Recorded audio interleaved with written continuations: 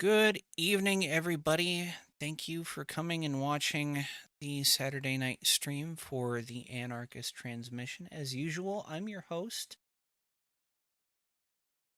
Um, we have with us today Molly, our resident Serbian. Go ahead and introduce yourself, Molly. Yeah, well, I'm from Serbia, the place where there was a mass killing recently. How are you doing? I'm not doing too bad. I hope you've had a fairly uneventful week, even though we all know that that happened right in Belgrade where you are. Um, Next up, I have my lovely fiance, Kota. Say hi, Kota. No, apparently I switch between fiance, girlfriend, housemaker, mail order bride, and emotional support spouse. What will Yes. be my next week's title? I'm not certain, but we're gonna work on that this weekend. All Uh, right, bottom. Next up, we have our resident Canuckistani, fucking Dale. Say hi, Dale. Good morning, good afternoon, and good evening, everyone. I'm Dale. I am the resident token Soviet Kanakistani, and it is a pleasure to be with you all here tonight. And we have with us our resident non-existent state having ass Luna. Say hi, Luna. Luna. She lives from the downland under. Okay. There may be a mic issue. Um, if she does pop in, please let me know. She is MIA at the moment. Yes. Luna. It's okay. It's okay. No. No, we cannot, Luna. She just asked in the chat if we can hear her. Yeah, We Nope. cannot. I see that. You might have to drop out and come back in. Turn it off and on again. Yeah, exactly. It's crazy how many problems that actually solves. Now scream. No, don't scream. Scream. Do it. Do a flip. It may be a microphone setting issue. I know it's frustrating. In my experiences, it's the input output settings of the Discord itself sometimes. And Discord do be like that sometimes. Okay, so while we're waiting on that, we're gonna get to what happened in Belgrade this week. Um, so, Molly, you had actually come to me and Dale in the Discord about this. How about you go ahead and give a quick rundown, and then I'll read through this article. So basically, I believe 2 days ago, the first one occurred, and it was a 13-year-old boy that went into his school, and he grabbed his dad's gun and like 10 magazines and four Molotov cocktails, and he just shot the teacher first. Then he started shooting randomly, and he also killed the security guard that was in the school. Now, I'm pretty sure this is like I kind of relate a lot to this because in high school I was bullied a lot, and I did have moments where I wished for something like this, but I didn't do anything like that, and I just beat the fuck out of everyone that was bullying me, and that fixed a lot of problems. But yeah, I feel like this is both a loss for the person that did this and for the people that died, and it's a bit sad that this is being used by the government to push anti-gun laws even more. And the government even said, or rather, the president said that he would reduce the age where children are sentenced from 14 to 12 because this shooter was 13. Yeah, well, in several states, the I believe the age at which you can be charged as an adult is 12. Don't quote me on that. I'll have to check that out. Um, we will go ahead and read this article. I'm not playing that video. Uh, so it says a teenage boy opened fire in a school in the Serbian capital of Belgrade just after lessons began on Wednesday morning, killing 8 children and a security guard and seriously injuring several others, officials said. The boy, a 13-year-old student at the school, allegedly sketched out the attack in advance on crumpled pieces of paper that officials displayed at a somber press conference. He called police himself after the shootings. The rare and possibly unprecedented event in a nation with strict firearms laws, yet high levels of gun ownership, sent shockwaves through the local community and beyond. First reports of the shooting emerged not long after students arrived to begin the day at Vladislav Ribnikar Elementary School. Did I pronounce that right? Hold on, let me see. Vladislav Ribnikar. Yeah, close enough. A well-known institution in Vrakar. Brachar. Brachar. Yes. Okay. I'm sorry. I don't speak this shit. An upscale area of the Serbian capital. Panicked parents rushed to the scene.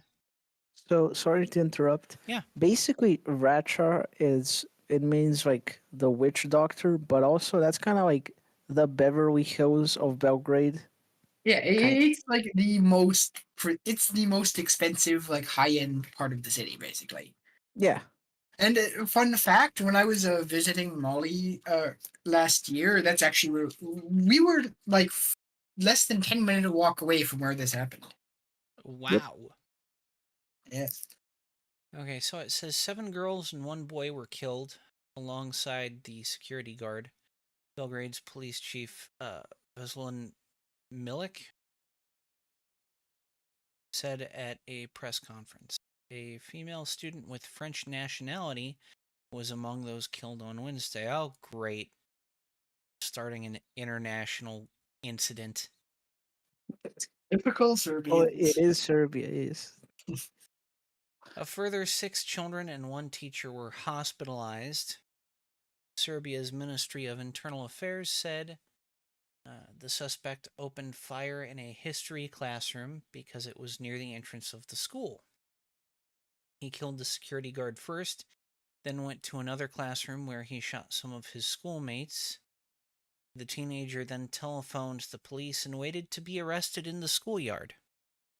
Holy crap. So they took him alive as well. Yeah. And Uh, I'll just say this: like some sources say that he was released and he just had to swap schools. Well, his parents were also arrested. So I'm not sure if he was released or he's going back or some shit. But yeah. His parents were arrested. Yes, because he's underage. They face the brunt of this. Huh. I did not know that. That's Yeah, if Serbian law. If a minor commits a crime, it's the parents who get like have yes, to do. Huh. if I do like a rob a store, like it's the parents that get sent to jail. Yeah. Well, not anymore, because I guess you're not a minor anymore. But back when you were, I'm saying if I was a oh, minor. right. let's see. The alleged shooter was later filmed being taken from the school in handcuffs with a jacket over his head and wearing blue skinny jeans. He was flanked by police officers and driven away in an unmarked police car. According to the Serbia's interior minister, Bratislav Gasic, boy, Gashic. the boy brought 2 guns from home. The parent had several pieces of weaponry and kept them locked up. The safe had a code. Obviously, the kid had the code as soon as he managed to get a hold of those 2 guns and 3 frames full of 15 bullets each. Okay, 3 magazines full of 15 bullets each. The police chief said the boy had a 9mm pistol and a small caliber pistol in a bag, as well as 4 Molotov cocktails. What the It sounds like this kid was on an agenda, and I'm not saying like, oh, I just want to kill people because f the world. I strongly have a feeling, and this is coming from a country where this is almost an every other Tuesday encounter. Something tells me this kid really had a specific agenda. Don't know who, don't know what, but something like this takes way too much strategic planning ahead and specifying what you need to go in. I mean, if this kid was really just going to go in and cause as much damage as possible with I'm going to call it a, oh god, not a regress, not a minor, but basically a minor's way of thinking, not strategically planned like by a well thought through adult. It's going Yeah. to be more damage than it is strategically, hey, this kid had like 16 different items of mass destruction and damage, but he strategically held on to this, planned what he was using, and had a very strict agenda. This kid literally could have just lit the grass on fire, lit the building on fire, blew up this, blew up that, shot this one, shot that one, but he didn't. He had a very specific course of action, which leads to a plethora of more questions. Okay, so I mean, go ahead. he also did have a kill list, so it makes you like wonder some stuff. It was rather well planned for a 13-year-old. Yeah, Mhm. 13-year-olds are not exactly known for their, Yeah. their strategic thinking. So yeah, if this kid was just pissed, he probably would have taken a golf club and smashed a bunch of fucking windows. Or, he would have gone and graffitied or even just pushed somebody or beaten up somebody. No, this kid went from 0 to 100. What Yeah. made him go kick? Though it is worth noting that, like, if you look at the thing that like started this whole trend of school shootings, which would be Columbine, if you look at that, well, they are a bit older.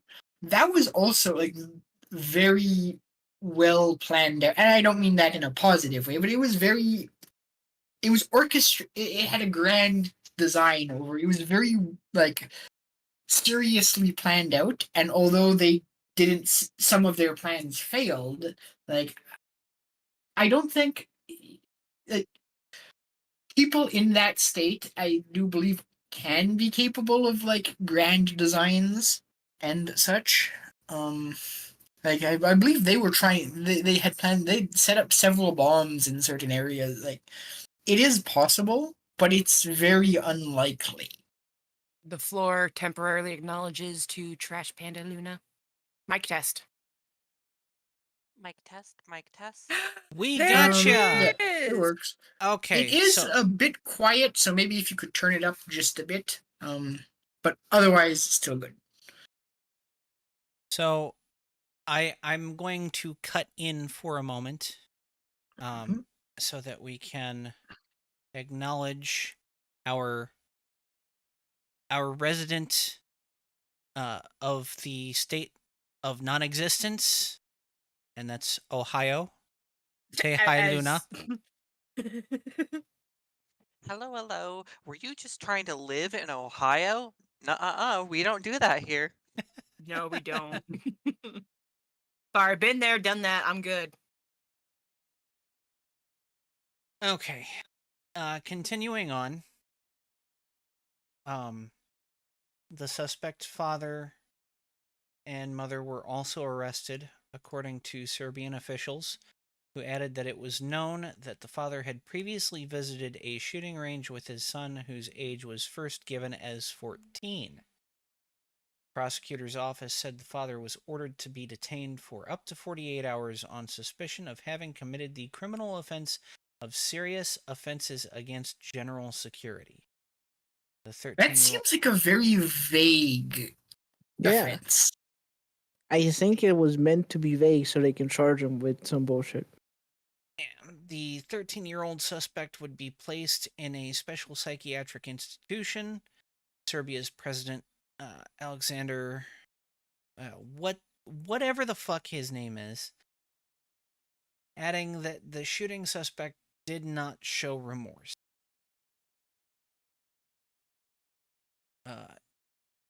Now, It says Serbia has the 5th highest rate of gun ownership in the world. There are nearly Based. there are nearly 40 guns per 100 people in Serbia, more than any other country in Europe. And I gotta regular, say though, yeah, go ahead. this refers to all guns, not just illegal ones. They're like saying they have a bunch of fucking illegal guns they don't want to hand in because why the fuck they should like hand them in. Yeah, Yeah. But if you get found with these, they're gonna charge you like you fucking killed someone, even if you never used them. Yeah. My Which is bullshit. understanding is that after the whole war went down, there were a lot of guns just going around, and like people just kept them.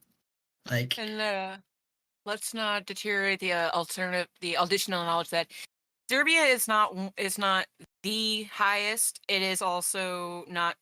I doubt it's actually the 5th highest because Africa is a godforsaken gun trade out the ass. So yeah. that's a pretty high number to be getting close to Africa. So I'm thinking some of these numbers are fudged. Yeah, well, I'm thinking with Africa, it's a lot of just there's no one there to actually do The counting? The math.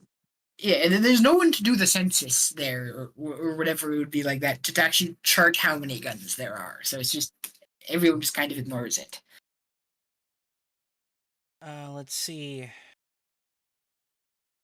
The prosecutor's office said that boy's blood was taken for toxicology analysis to determine whether he was under the influence of alcohol, narcotics, or other psychoactive substances at the time of the shooting.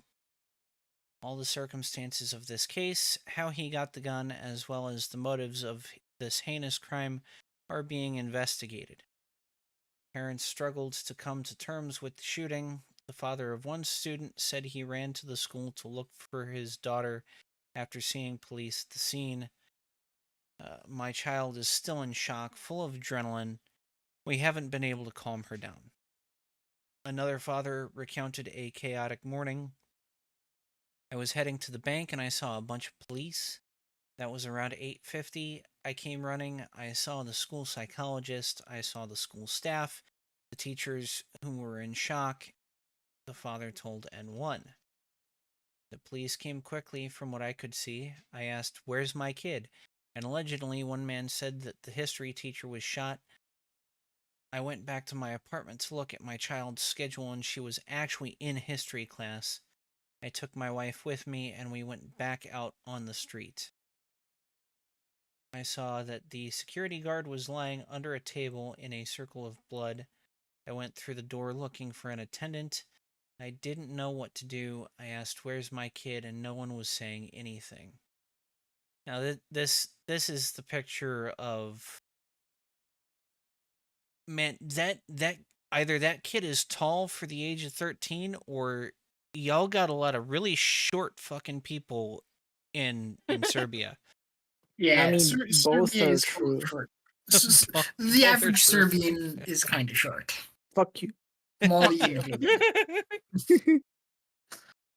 I think you were talking about me. I know. Let's compare to the other countries, huh? Yeah, they're no Iceland. There's no Asia either.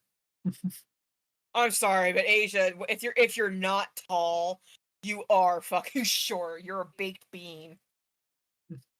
Yeah. Let's see. The man later learned that his daughter had escaped unharmed. Well, good, awesome. The Interior Ministry said in a statement on Facebook that it was told of the incident at 8:40 a.m. local time. All available police patrols were dispatched to the scene, where they immediately went onto the school grounds and apprehended a minor, a 7th grader who is suspected to have fired several shots from his father's gun at students and the school security guard. What I want to know at this point is, what gun? What was the weapon? I know it. I don't know. They already told us it was 2 pistols. One was a small caliber, and one was, I would assume, a normal caliber for a pistol, like 9mm said- 45 yeah. ACP. Yeah, they said one was 9 millimeter. Hmm. It was a Nerf gun. Yes. Nerf this.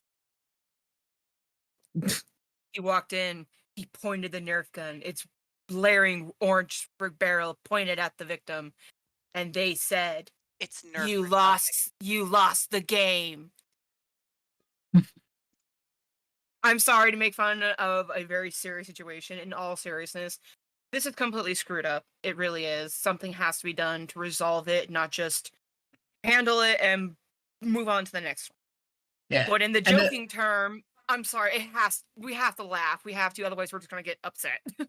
Dale, yeah, do you know where I worked at Big Pizza?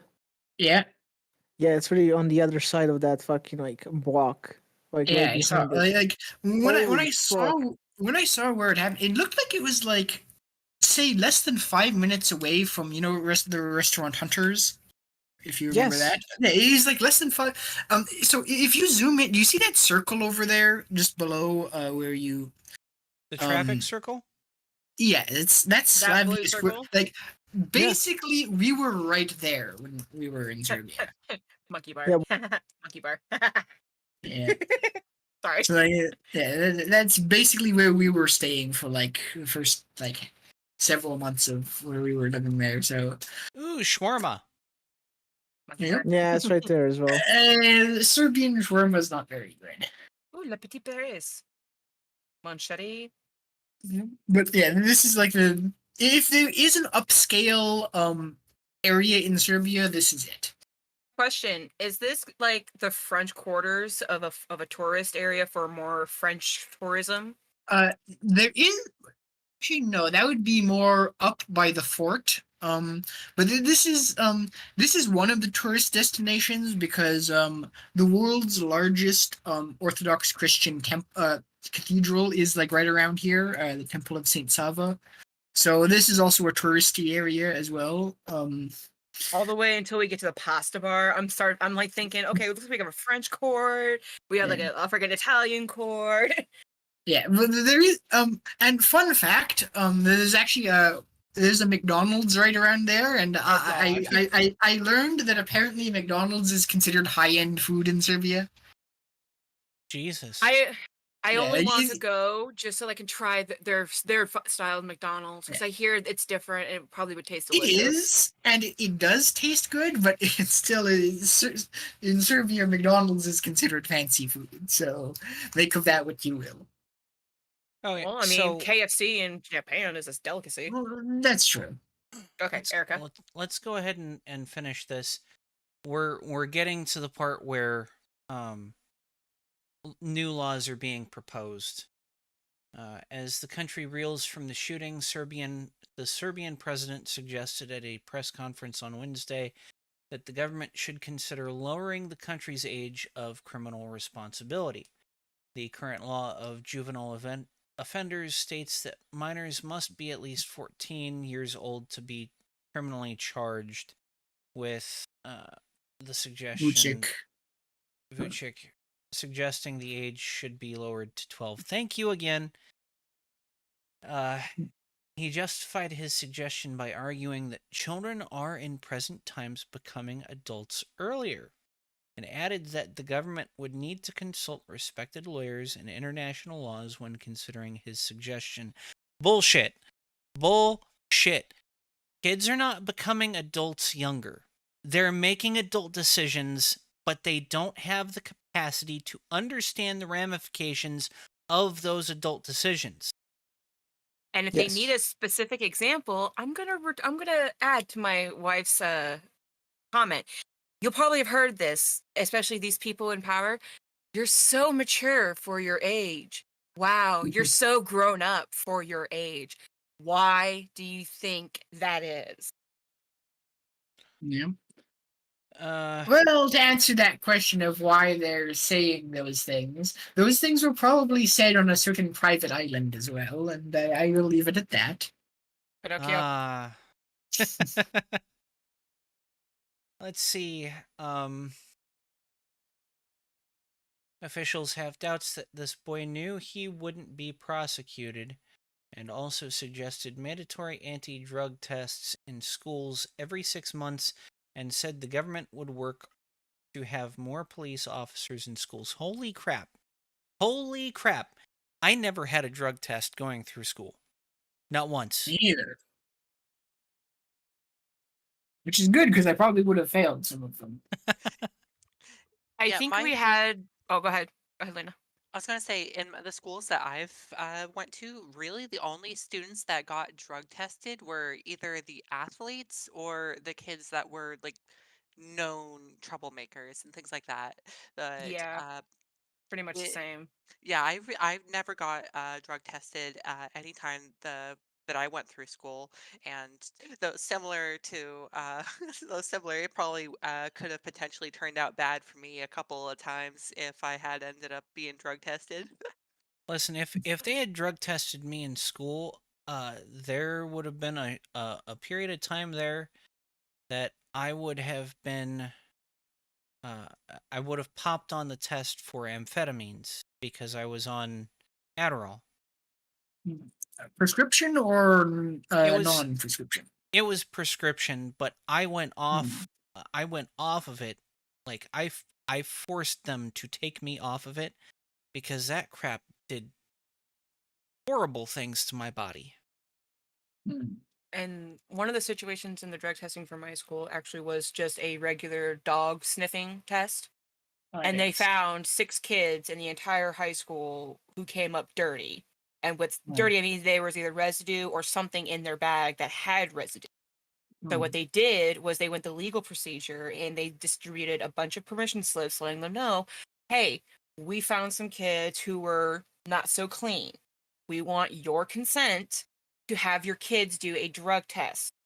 You do not have to do it. You can do it at home and you can just sign it off, or you can come into the school and you guys line up, go to the bathroom, do the test, blah, blah. And there were a handful of people who did not do the testing, and that's because their parents signed off, I will not let you do this. But there was a majority who were just like looking at side eye, looking at their kid, like, sure, I might just come across something I didn't even know. What Okay, sort of parent would sign off on that? It's like they're basically asking permission to like essentially give them evidence to fucking jail their kid. Just say Because no. they didn't see it any different than the same procedure you go in for donating blood. Once that substance is out of their hands, it's limited to what is actually going to be done to it and within your knowledge. So they're thinking, well, I mean, if they do blood testing and takings at the school, they do pregnancy tests, they surely would know what they're doing for a urine test. So sure, just go in, pee on the stick, kid. Let me know if you're doing any drugs. And a lot of kids, well, I can't say a lot. It was a lot to me because I didn't think there was this many, but there was about 5 or 6, I want to say, who came clean and said that they had recently tried something and they would pop dirty, but they're not currently using. So it kind of was one of those, well, we could pressure our child to see if they're hiding anything from us, or we can just force them to do this under my parental consent and I can find out on my own. Hmm. I think one kid found out they were diabetic, though. That was a weird one. Yeah. I guess at least some good came out of it. The diabetic one, yes. Yeah. I feel like my parents would have signed off on it because of the fact that like my dad had later kind of came clean where he was like, I knew you were smoking weed in high school, so I feel like he probably would have signed it as more of like a see this is what you get type of thing. Fuck you, Dad. I know where your stash is, too. Yeah. I doubt um, my dad would have, or I doubt my dad would have let it go through because, fun fact, first time I ever smoked hash was with my dad. So he was like, "Hey, you want?" he was like, Bonding. Oh, "Hey, he was like, hey, I know you smoke weed. Do you want to try some hash?" Like, sure. What is okay. hash? A It's more concentrated version of THC. yeah, Ah, where can I yeah. get it? Think of really sticky tar, not like the stuff you put on the roads, but just like really sticky tar. Like you put in your hand and you played with it. You could like Play-Doh, but it would stick to your hands. Like you would feel that sticky residue. You could break Wait, it off and you could heat it up. You can add it to a joint or something. There's a Yeah. few ways you can use it. Yeah. personally, wait. oil is So better. So What? you fucking smoked Vegemite? Basically, yeah. Pretty My much. dad, yeah, my dad is basically an old hippie, and I do have. I am glad to say I had the I am glad to say that I was able to smoke 40-year-old hash with my dad once, because he had something like a box that hadn't opened for like 40 years or something, and yeah, I Oh have my to smoke gosh. 40-year-old Damn. hash with my dad when I was like 18, I think. It was very nice. Wish I my mean, parents were that cool. the closest I had to that was I would like my brother was going to college, or no, yeah, he was going to college, and he'd be home on the summer and I would just buy dab carts from him. Oh, and just one last brief story about this. So at the time, I didn't have any idea. Like I thought he was more like a lot more straight edge, and I asked him. I was like, "Wait, you smoke? Like you smoke weed?" His response was, "I'm a jazz musician." What do you think? Which he is. Yeah, it's basically yeah. I'm a jazz musician. What do you think? Back to Erica. Fair enough. Oh, sorry to interrupt. Yeah. So I have three things to say about all this stuff. So first thing, it's a bit of a side thing, but apparently all the like flower shops that were selling flowers to the people that were grieving hiked up the prices so they can profit off of this. Oh, Obviously, fuck Of them. course. That yeah, they're a sucks. bit of a scumbags. The other thing is like this specific thing, like probably occurred because of violence in school and bullying and that sort of stuff, which is common in Serbia, probably in the U.S. as well. And the third thing is actually there's more, but yeah, the other shooting was definitely probably caused because of the economic like instability, which is causing prices to rise and stuff, and it's making people batshit insane. And I have a side story I can tell as well about this.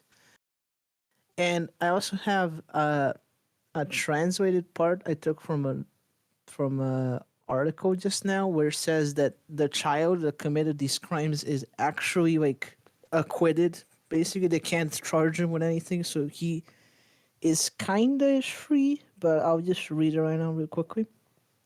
It says, in the case of Kuzmanovic, that's his name, all of this practically means that he will probably be moved to a special location or to a closed institution because there is a possibility of revenge against him and his family, and no measure can be determined for him, but only for him to be placed in a certain institution, and that if there is a need for it, and not because someone orders it, I don't know, he can be placed in a children's hospital or sent for various examinations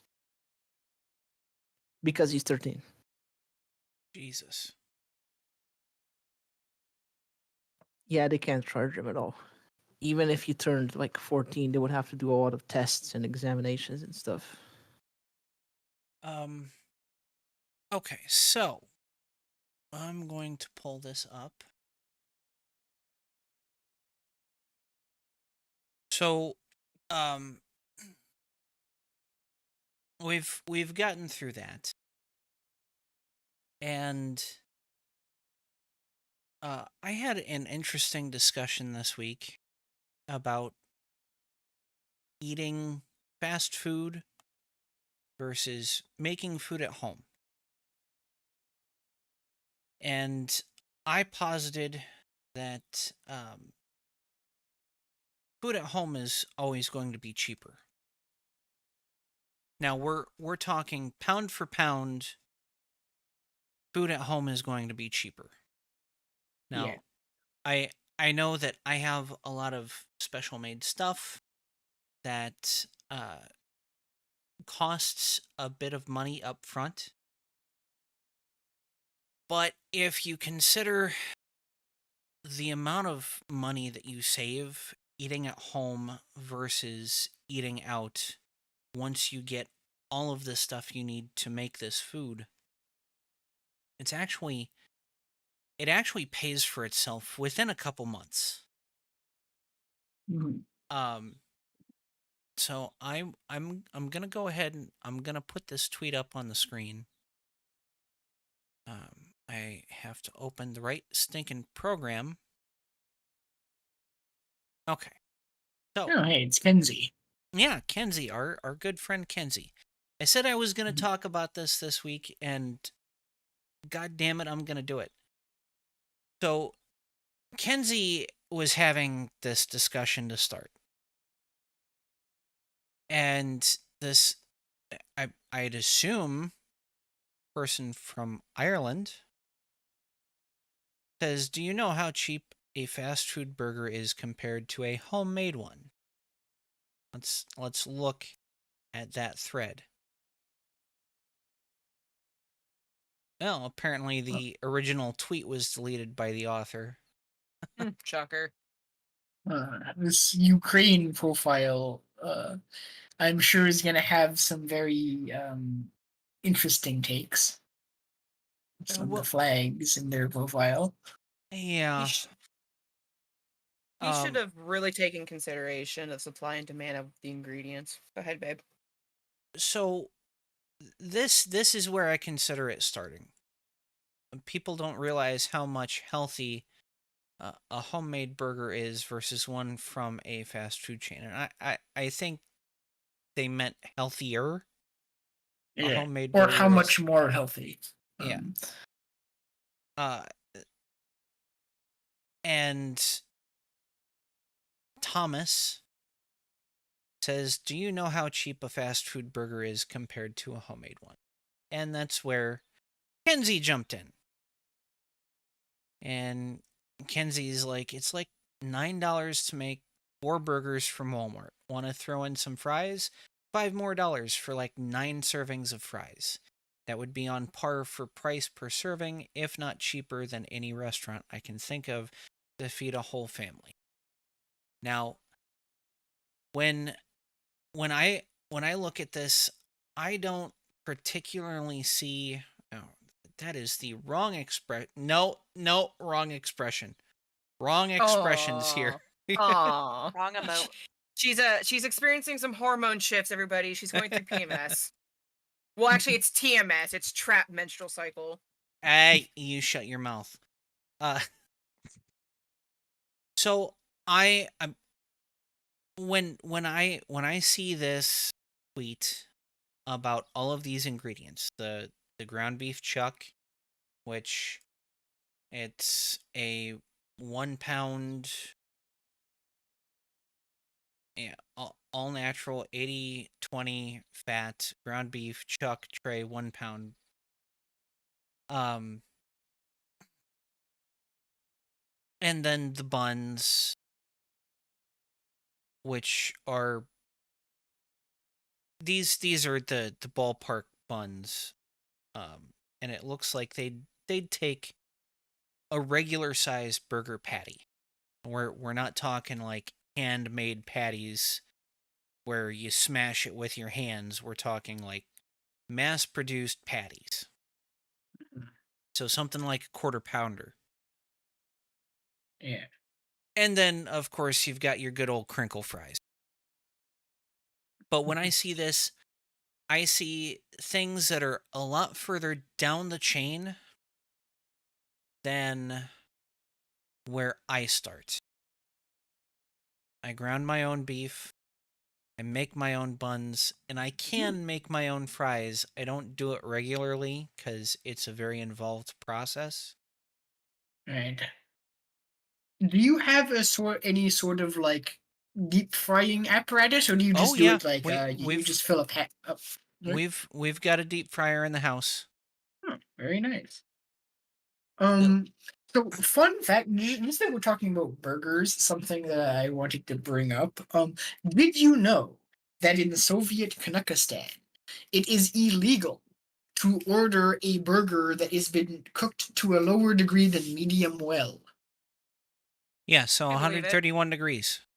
Yes, it is illegal. You I believe can't it. do it. This is how awful of a country we are. You're not allowed to order a burger medium rare or medium. Well, that's just a damn shame, but I understand it. I do understand it because most most places that make burgers, uh, Mhm. they they have them frozen up until just before they're about to cook them.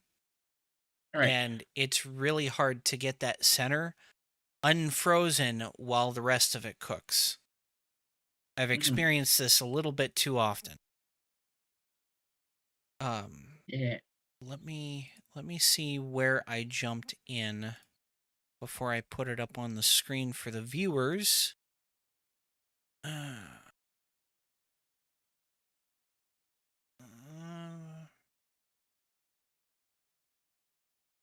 That and also, I don't think I would really trust a place to serve a burger that's like cooked less than like a medium well done, just due to the fact of like I don't know where their beef is coming from. I don't know the quality, like how long ago it's been ground up. All right. They're not, for example, like they're not going to be grinding up some like flank steak right in front of me in order to make the patty. So just the whole process of that, because of obviously when you mince it up, all of the like the surface area that can be exposed to bacteria is Yeah. much higher. Yeah. Well, I wouldn't trust it for like a cheap place, but I would trust that like a high-end restaurant would take enough care to like to make sure they're not getting their customers sick.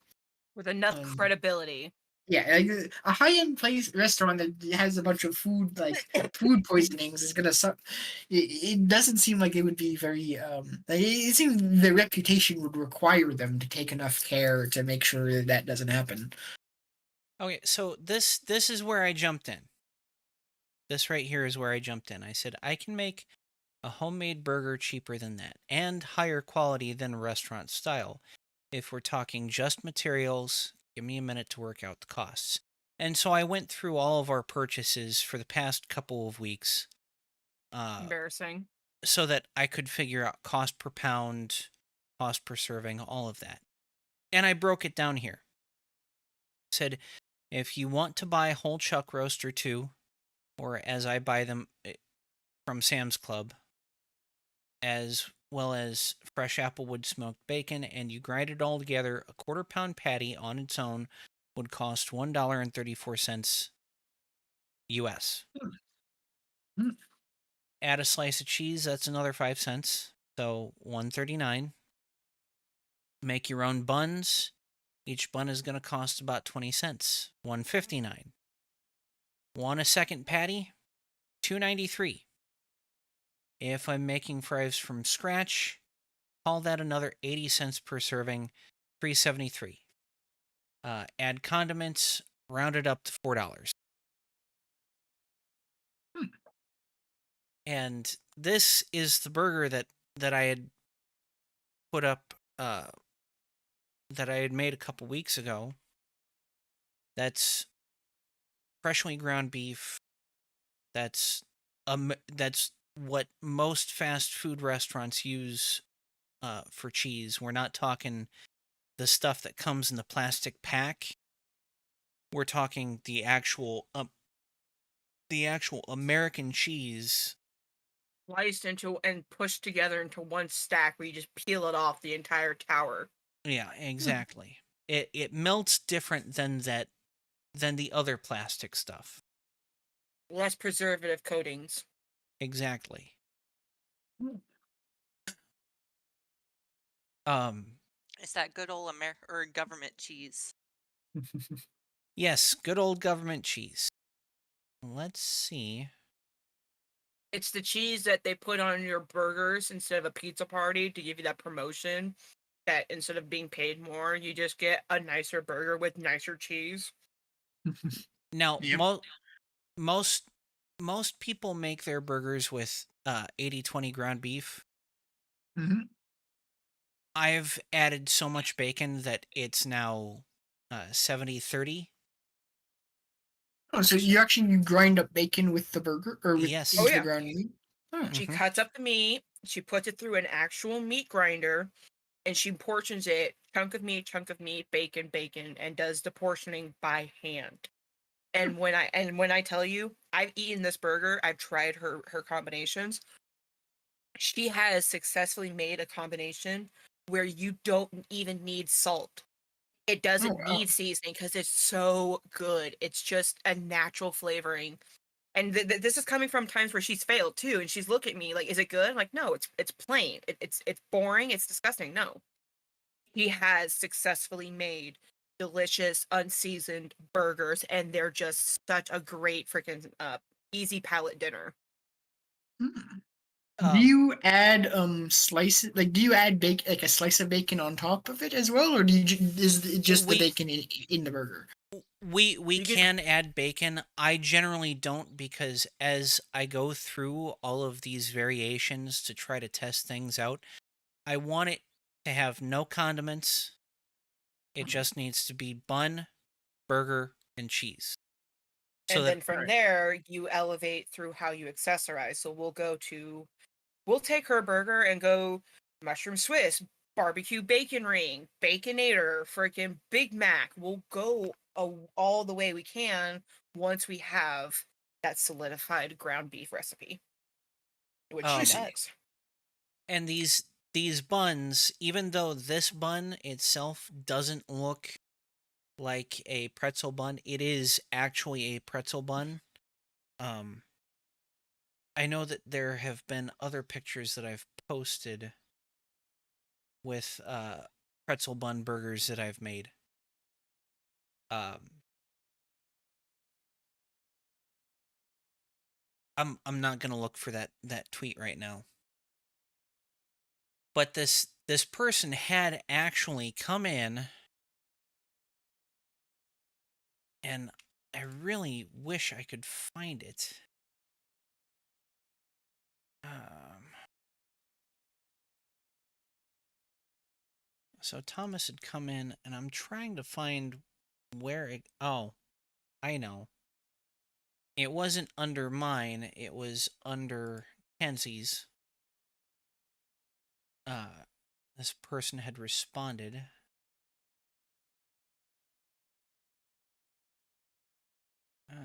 Ba, ba, ba. I'm sorry. I'm a little bit absent-minded. There it is.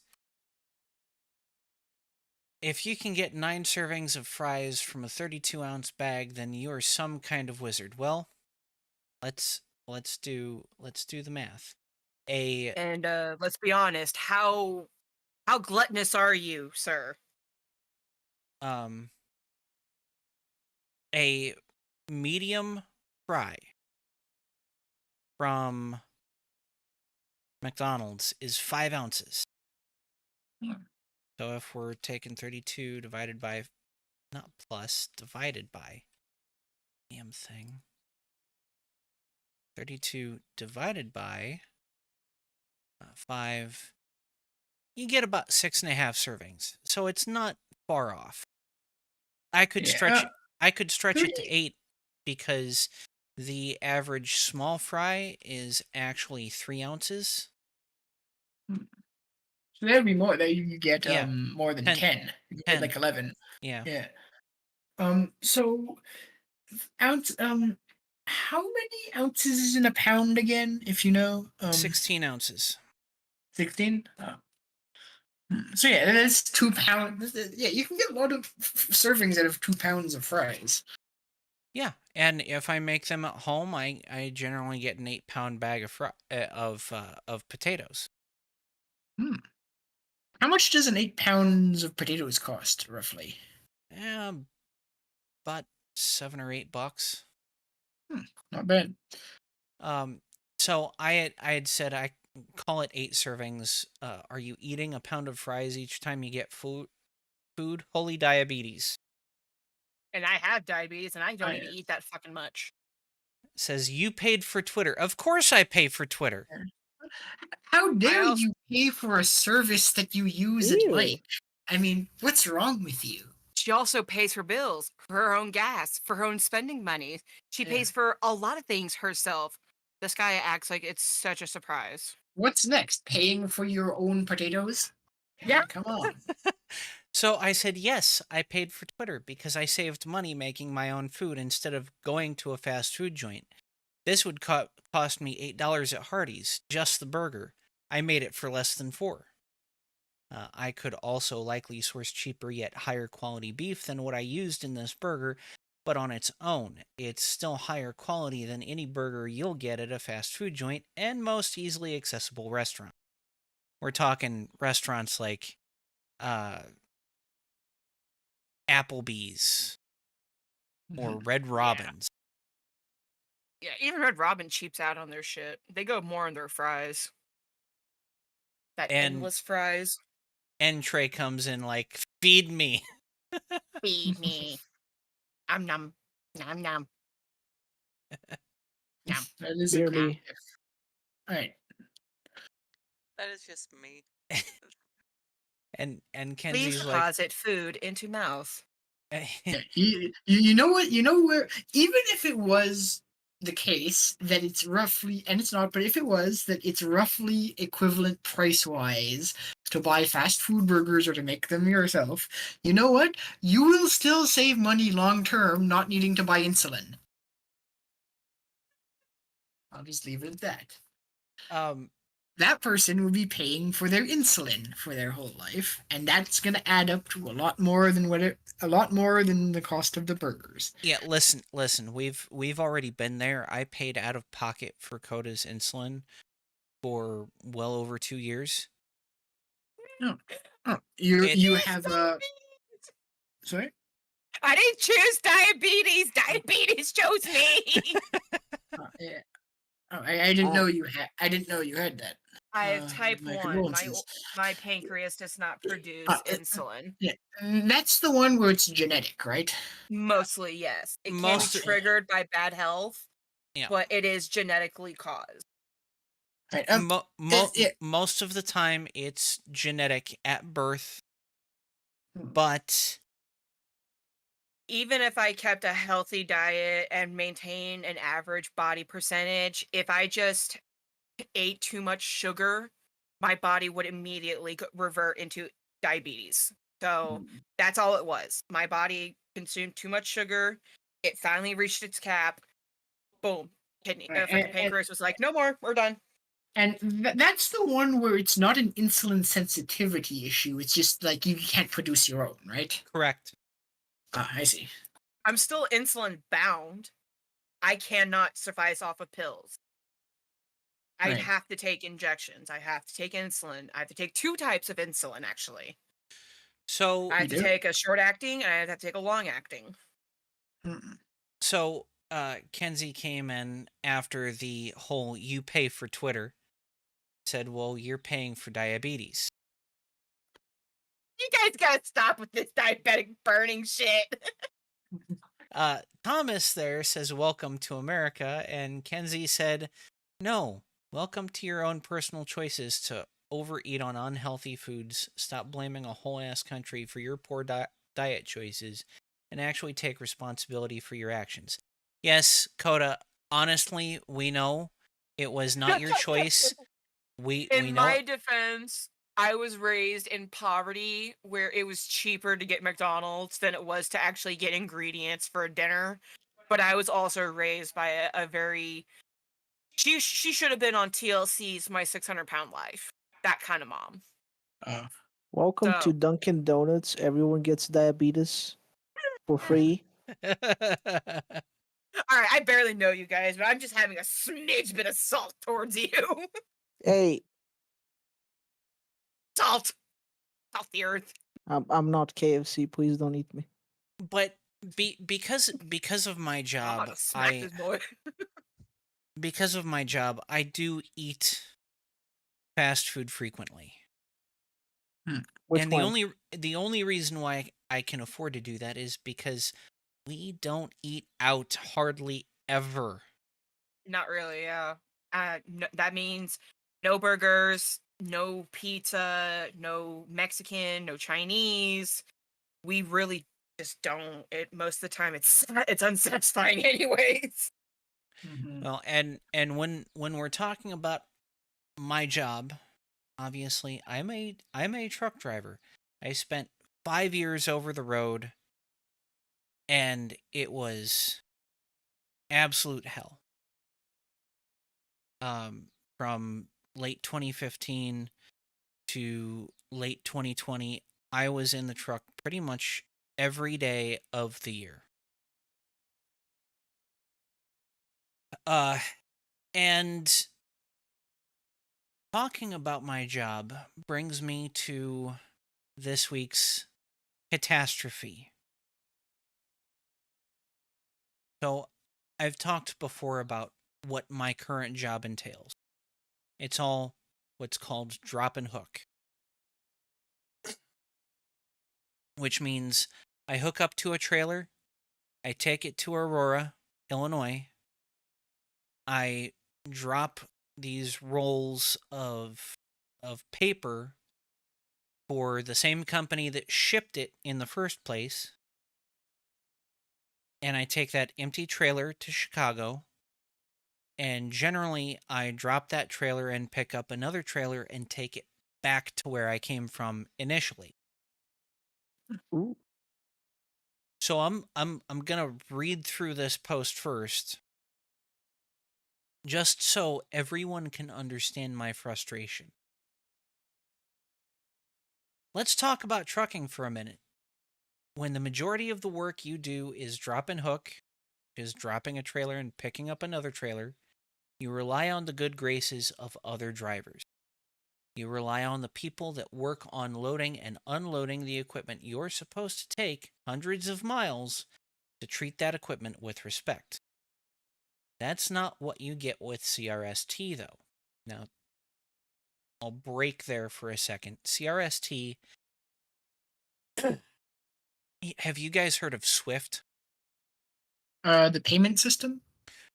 No, Swift, the trucking company. SWIFT. Swift. No. Nope. Swift is the most notorious carrier in the United States for constantly breaking trucks, getting into accidents, and most of that's simply because they have the largest fleet in the US. I have a question. Yeah, go ahead. Have you heard of Jack Cooper, and what do you think about it? Jack Cooper. Yes. I have not heard of Jack Cooper. What? Like they have it in like Detroit and Chicago, because like that's where mainly it is. Is that does that relate to your job, Molly? Yeah, yeah. I see a lot of Jack Cooper trucks come in and out. I also see Oakwood, Abrams, and CCT Transport. Those must be local carriers. I am not anywhere near Michigan. We Hmm. have like CR England, Swift, Crest. uh, But I see Schneider. like Jack Cooper come to like a Canadian yard in Ottawa as well. Well, Yeah. Michigan, the area in Detroit is actually very close to the Canadian border, so it would make sense if you see some of those in like some parts of Ontario as well. Hmm. 'Cause it's like yeah, I think it's less than I think Detroit's less than an hour from like Canada from the border. Detroit is quite literally right over the bridge from Canada. Detroit's Yeah. right there. There's, I think it's called Freedom Bridge, where, like, for example, you're heading south from Detroit. You literally, like, there's the off ramp where it's like, if you get on this or if you get on this on ramp, there are no, like, offs before Canada. Hmm. That's a oh fuck moment. Hmm. Yeah, Okay, Yeah. very so much. let's. 'Cause I remember Now, There's this doesn't deter the option I where accidentally unplugged my if microphone. you could destroy some natural environment around you and like just off-road freaking oh god, Dukes of Hazard your way back to where you need to, maybe you should consider those options.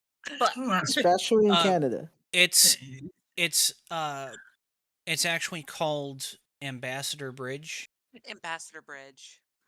Right. It's and actually just a river away from Canada. yeah. Oh, So yeah. there's Yeah. It's there's actually the Detroit. only place in the United States where you can reach Canada by heading south. Uh-huh. That is So fascinating. there's Detroit Wait, and there's Windsor. why is it upside down? It's not. Not. It's not. What? Canada kind of like loops a bit into like underneath Michigan. That is Yeah. genuinely like the top of the map is north, bottom of the map is south. Think of What it the fuck? as people sitting at a table, and there's two people playing footsie under the table. Yeah, literally. Yeah, like Okay, so there you can see. Yeah, there's so Detroit, here's Michigan. Toronto, and here's Detroit, and this black line right here, that's what separates the U.S. from Canada. And Windsor, Ontario, is right here, right under Detroit. Hey, Dale. Yeah, Can they technically just make it to Michigan and take like a boat through that lake right there where the line you goes? could, but you'd likely be caught. Yeah, What if, they've upped the transport on water. but what if I use like a small like torpedo submarine thing, like the one they use like in World War II by the Italians, the like human torpedo? Like the ones that you see cartels using to bring up drugs. Yes. Then Yes. you better Like be a stealthy small like submarine. Snake. Yeah, Yeah. because Now, the U.S. Coast Guard does not fuck around. Yeah, it would be Oh, if you wanted to sneak into Canada, it would be much easier to just go like there is so much just like empty land border between Canada and the US. It's just like forest and or wait a like minute. you just go through some of that. My That's mind just impossible got to control. blown. Did you just say sneak into Canada? When did Canada stop just handing out spending money? Like, welcome to Canada, eh? Don't fuck us over. What the fuck? I, I'm They literally almost don't care. As long as you just behave and just stay out of trouble, they don't care. So the idea of sneaking into Canada is like saying we're gonna leave America and sneak into Mexico. Sneak into Mexico? Are you fucking kidding me? They're gonna welcome your asses. They're like, hey, come on in. but Yeah. see, because of bridges between the U.S. and Canada, you can actually go from New York to Michigan without crossing through Pennsylvania or Ohio. Oh wow. It's There's North of Canada. there's a bridge just north of Buffalo, or no, there's actually a Oh, bridge right there's there in Buffalo. There's there's Niagara also Falls. a bridge just north of Niagara Falls, and there's two bridges between Canada or between Ontario and Michigan. So one's right here, the Blue Water Bridge, and then you have the Ambassador Bridge down in Detroit. Did you ever go through any of those to like save time when you were over Nope, the road?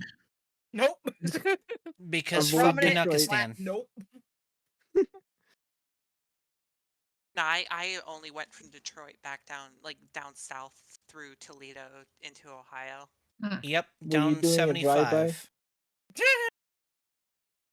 No, no. Did you ever? Did any of you ever do any like international? Like, did you ever cross into Canada for a job, or was it Nope. just strictly in the U.S.? I went on a cruise that went over into actual Mexican waters. Like we passed the border, but I didn't get off the ship because I was broke by then. All right. Do you need any special certification or anything to do like international trucking, or is it just it's the same as to domestic? to get into Canada as a trucker, you need one of two things. Either you need a pass card, Mhm. which is fairly easy to get. Yeah, pass cards are what, like I think maybe $150, and then Yep. they get And mailed to you. and companies normally pay for your pass card, or Mhm. you need a passport.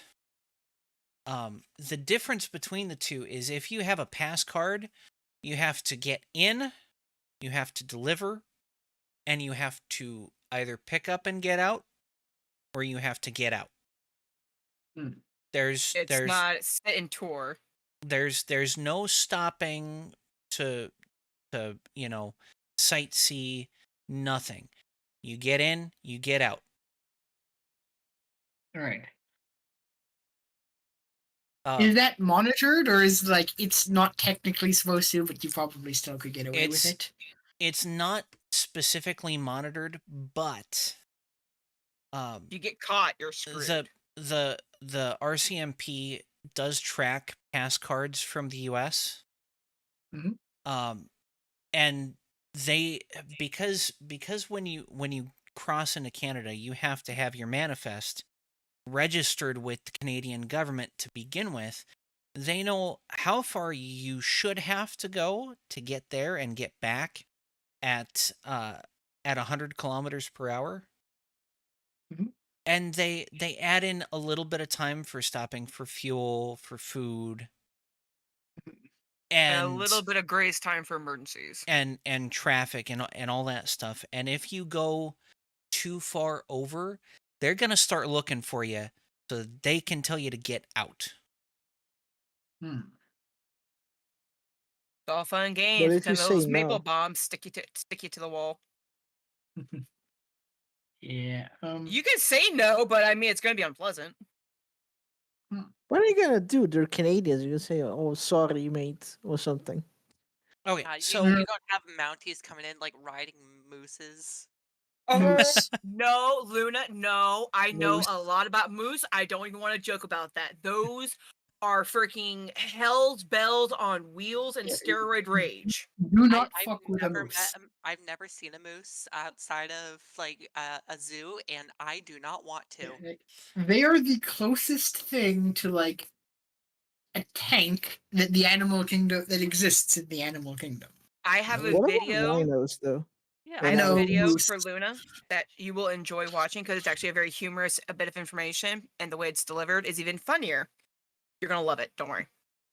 uh okay, so when it comes to Swift, Swift is the largest mega carrier in the US. They have a lot of accidents.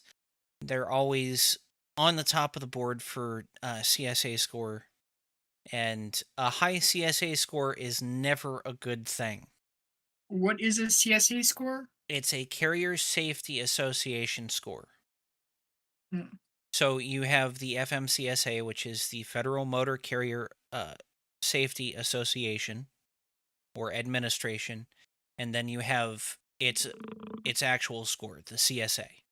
So it's like OSHA on wheels. Yeah, kind of.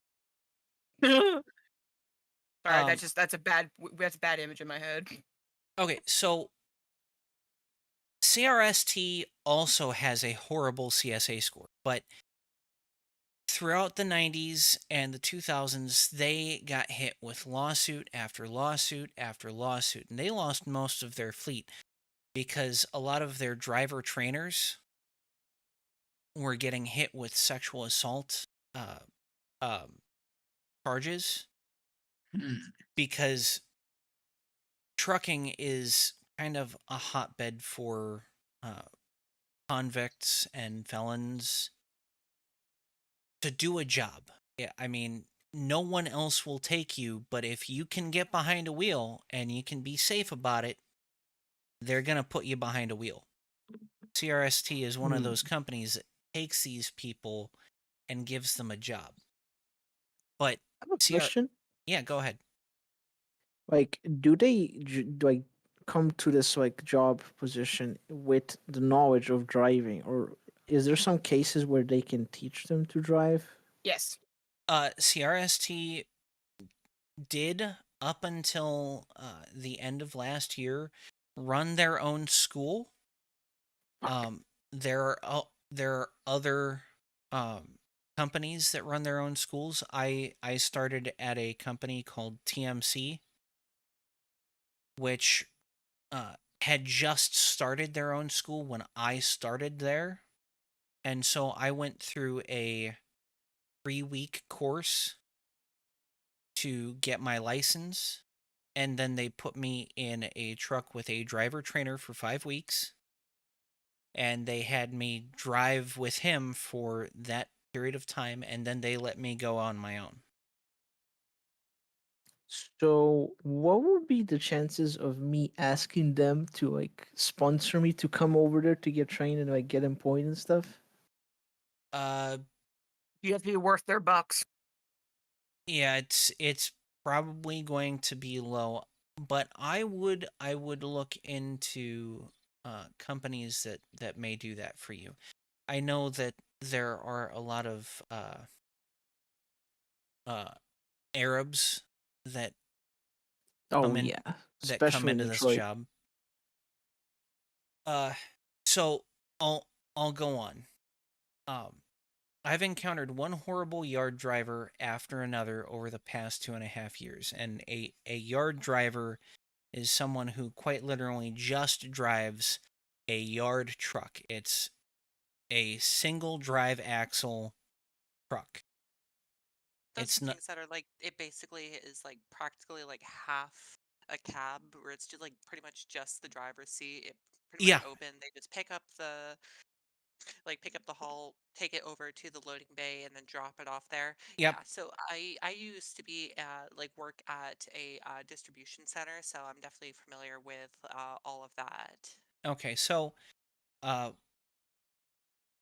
last winter, winter of 2022, so January of 2022, one of those drivers had gone so far as to call me a dumb tranny. Um, Color me surprised when I'm supposed to pick up my trailer this morning, and that was Wednesday morning, correct? Yeah. Mhm. Okay. Um, and I find this. The drivers that moved my trailer for unload and reload yesterday ultimately caused the damage to the landing gear. They're not the only ones responsible, but they'll be held responsible. This is damage caused by repeated cycles of CRST drivers dropping trailers with the landing gear extended too far.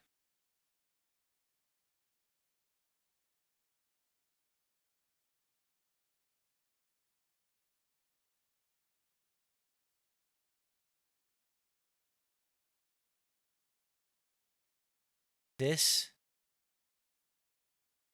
should never have happened.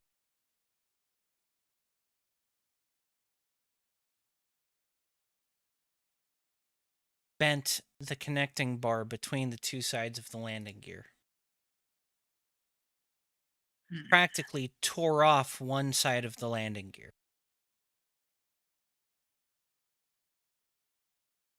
This is nasty. And if you don't understand what exactly is going on here, I'll get it in the smaller pictures. Right here, this is supposed to be connected to the frame where these two silver spots are. I don't know if you can see it, but Mhm. those are welding joints. And this part came right off the frame, just ripped straight off. And it takes a lot Yeah. of force to rip a weld.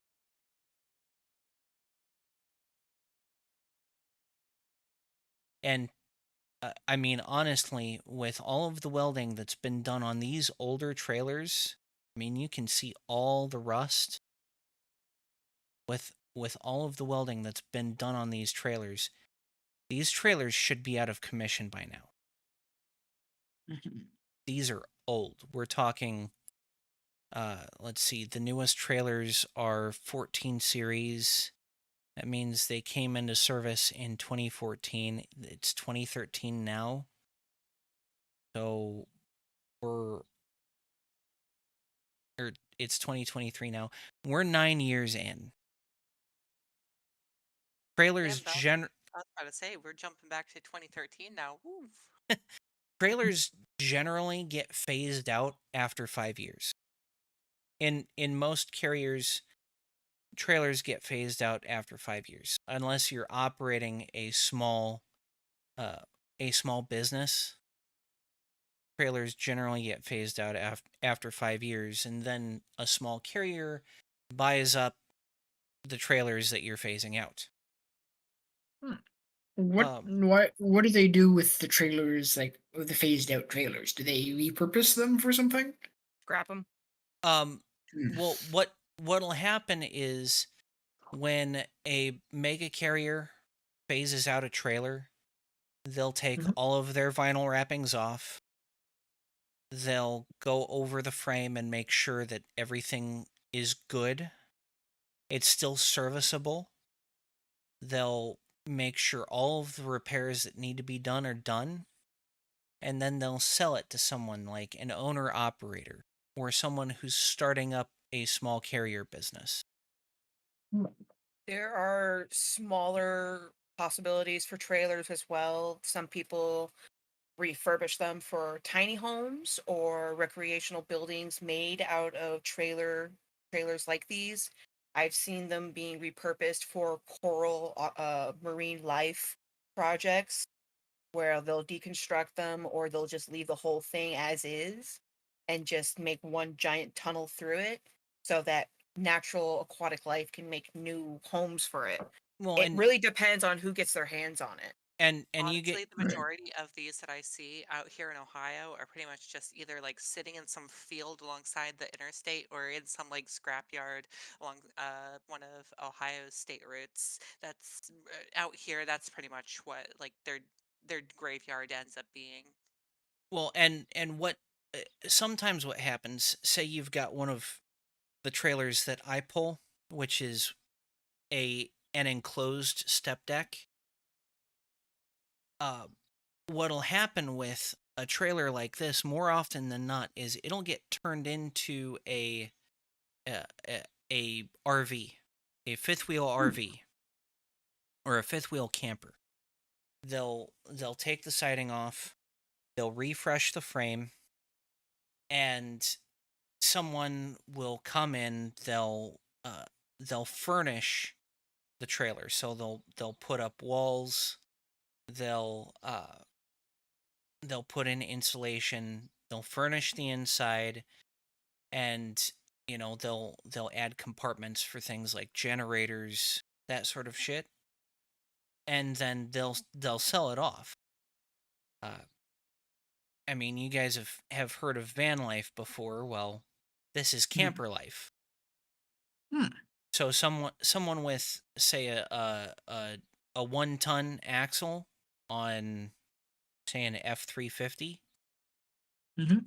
will come in. They'll buy it. They'll buy a fifth wheel for their truck, and they'll just start pulling one of these trailers around the nation.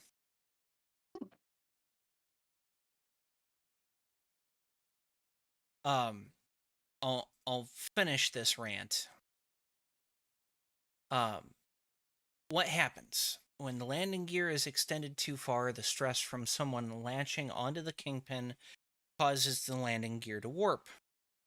If you can make it out, you can see that the landing gear has detached from the frame and it's detached at the welds. But the failure point is at the bend in the steel arm, which is right here. That's where it bent.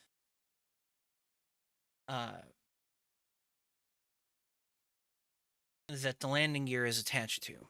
That bend was from warping caused by the CRST drivers extending the landing gear too far. They've been warned over and over for the past 2 years. Don't touch the landing gear. And for anyone that's driven a truck, if you're driving, if you're pulling the trailer, yeah, obviously you're going to touch the landing gear. But yard trucks, you don't have to touch the landing gear because you have what's called a hydraulic fifth wheel. And what that hydraulic fifth wheel does is it cranks up the front of that trailer so that they don't have to touch the landing gear. It's just back under it, hook onto the kingpin with the fifth wheel, get out, hook up the airlines, and then go. You don't have to do anything else. Uh, when we drop our trailers, we drop them at the exact height that we need them to be dropped at so that the next person that comes to pick up one of these trailers can just get right under it and they don't have to do anything extra other than retracting the landing gear in order to go. But I'm constantly backing under these things, and there's a good 6 to 8 inches of space in between the top of my fifth wheel and the bottom plate of the trailer, to the point where sometimes it misses the kingpin entirely.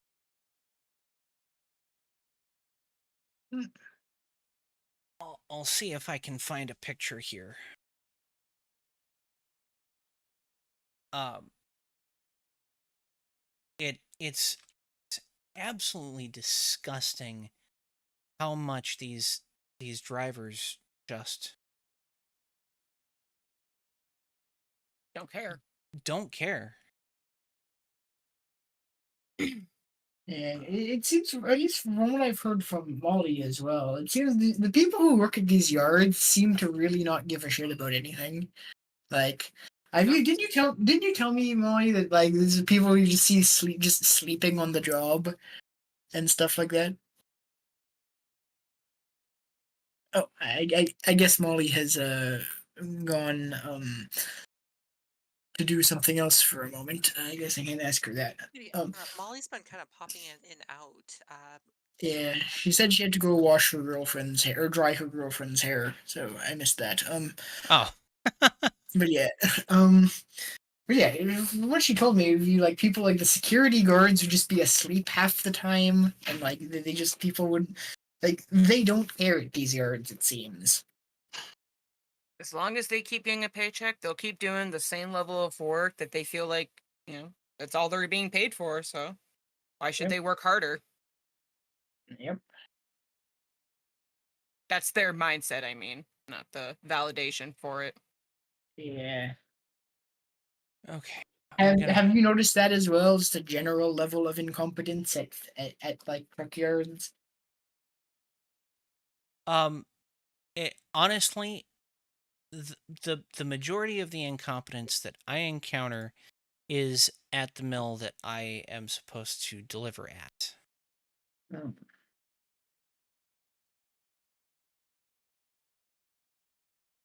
Let's see, 2023, 2022, January, February, March, April, May, June. June. Give me June. June 2022.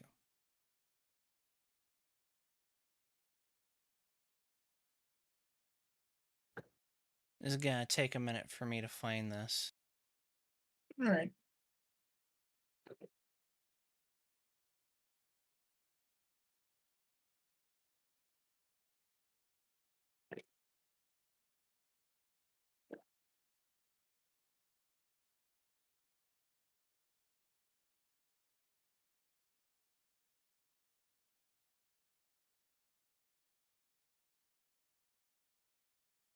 Oh, that doesn't. The computer doesn't like photos. Mm. No, I'm camera shy.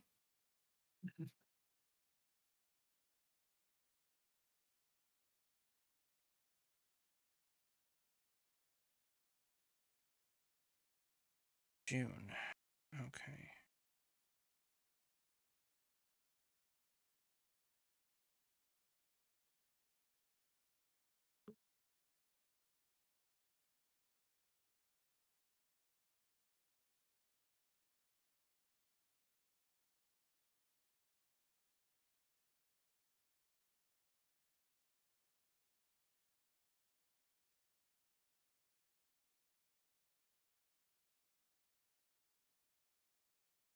Okay. These are pictures. These are the right pictures. You found them. Excellent. Yeah, it's gonna take me a minute to get them up on the screen. All right. What are they pictures of? They are pictures of me one morning trying to hook up to the trailer that I was supposed to take that day.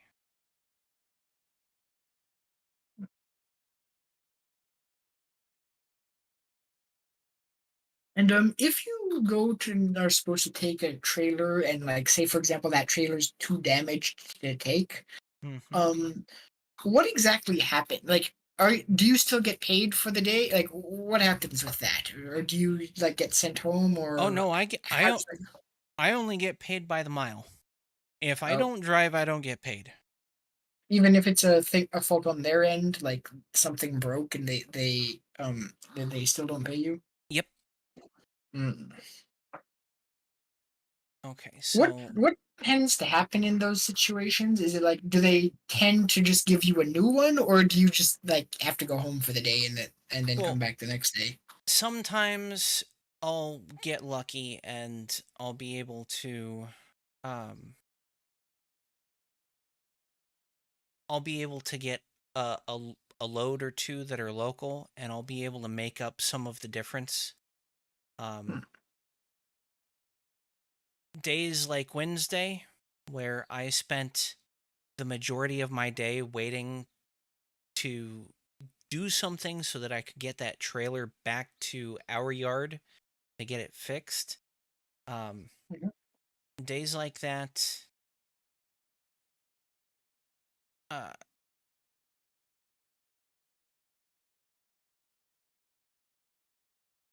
yeah, send now, damn thing.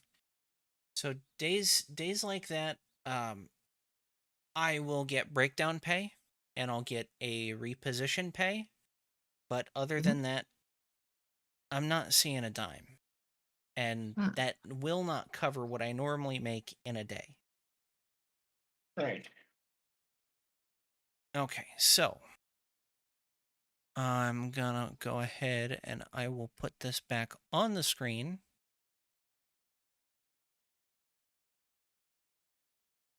On the screen. There we go. Okay. Actually, let's put this up here and we'll do this. Okay, so this is while my trailer is right at the front of the frame of the trailer. Mhm. You can see there's tons of space. Yeah. And this is my fifth wheel. And Hmm. this is the front of the frame of the trailer. That's the very bottom. You see these Right. black marks? Hmm. This is fifth wheel grease. And fifth wheel grease is there to keep the the trailer and the fifth wheel stuck together while you're driving down the road. I'm Hmm. back. Oh, come back. So what did I miss? Not too much. We was talking about Well, I did try to actually ask you a question while not noticing you weren't there.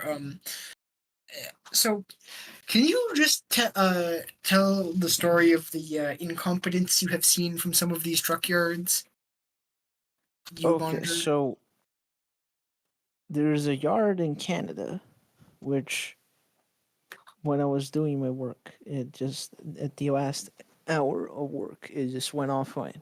We called the supervisor, and he says they're doing like a maintenance thing because a wire was cut, and the security guard there, he's a Sikh Indian. They have like the big turbans. One of them is like a politician that was running for president in Canada. Yeah. So you know how they look. And he didn't know how to raise the ramp. Like we were telling him, like you're the one in charge now till we get back in 2 hours, and he didn't know that. So his idea how to deal with this is to take the ramp off. He just unscrewed it and took it off. That's like one of the like incompetences. Is The he other, also is he also the guy who'd sleep on the job? these guys do sweep on the job, but no. And I recently saw a guy, like a guard, that's in the yard I fucking like first started with. He walked himself out of the guard check, and he was just walking around aimlessly and asking like, "Hey, is it help arriving?" I mean, there's other stuff that happened as well, but it's a bit hard to think of it right now. And just for the audience who's unaware, what exactly is what do you do in this job that requires you to interact with these people? Well, I basically watch these automotive and trucking yards. I mean, they're not trucking yards. They basically deliver new SUV units, like Ford units. We've probably seen like a pickup, like a Ford pickup truck. They Mhm. bring this in, and there's two ways they bring them in. Either on a CC truck, which is a car carrier truck, like a Jack Cooper truck, or Mhm. they shuttle them in with drivers, and then they use a shuttle van to send these drivers to pick up more units. And they just hold it at these yards until they're like sent to a dealership. And I man the gate as well, and I let people in and out, and I log who enters and who exits and how many units enter and leave. I see. So I at first thought you were actually more of like a truck, like a trucking uh, yard rather than more like a car lot.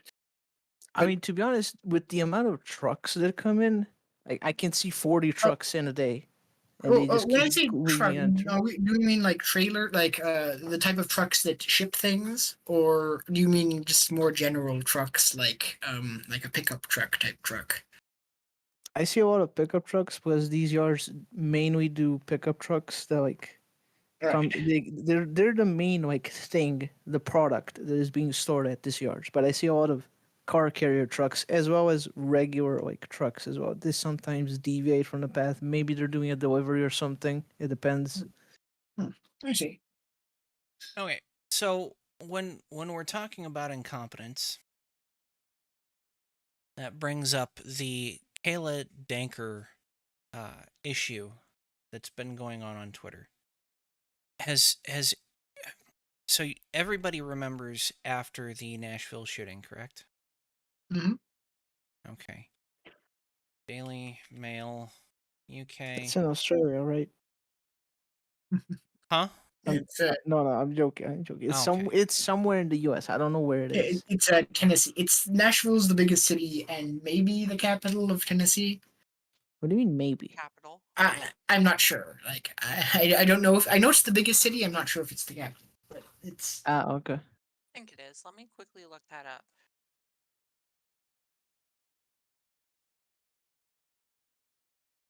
Yes, it is. oh, all right. I was right. So who is this person again? Kayla Okay. something Kay- Denker, I think you said. Kayla Danker is a trans woman out of Colorado. Hmm. Um, and the Daily Mail quite literally libeled her. Is Not she the woman who was fired from her job for she is. that video she Oh took with the yeah. gun? Yes, she is. Ah, I yeah. actually follow her on Twitter. So do Yeah, I I. think she was the one who started this whole nonsense with the whole I believe we did some earlier episodes on with the boomer Conzo, we need to disarm the trans people type thing. I Yeah. think. So Kayla Danker, um, Mhm. weeks prior to uh the Nashville shooting, had actually posted a picture to Twitter, or a video to Twitter of her. Um, Her just basically like showing off an AR of hers. Yeah.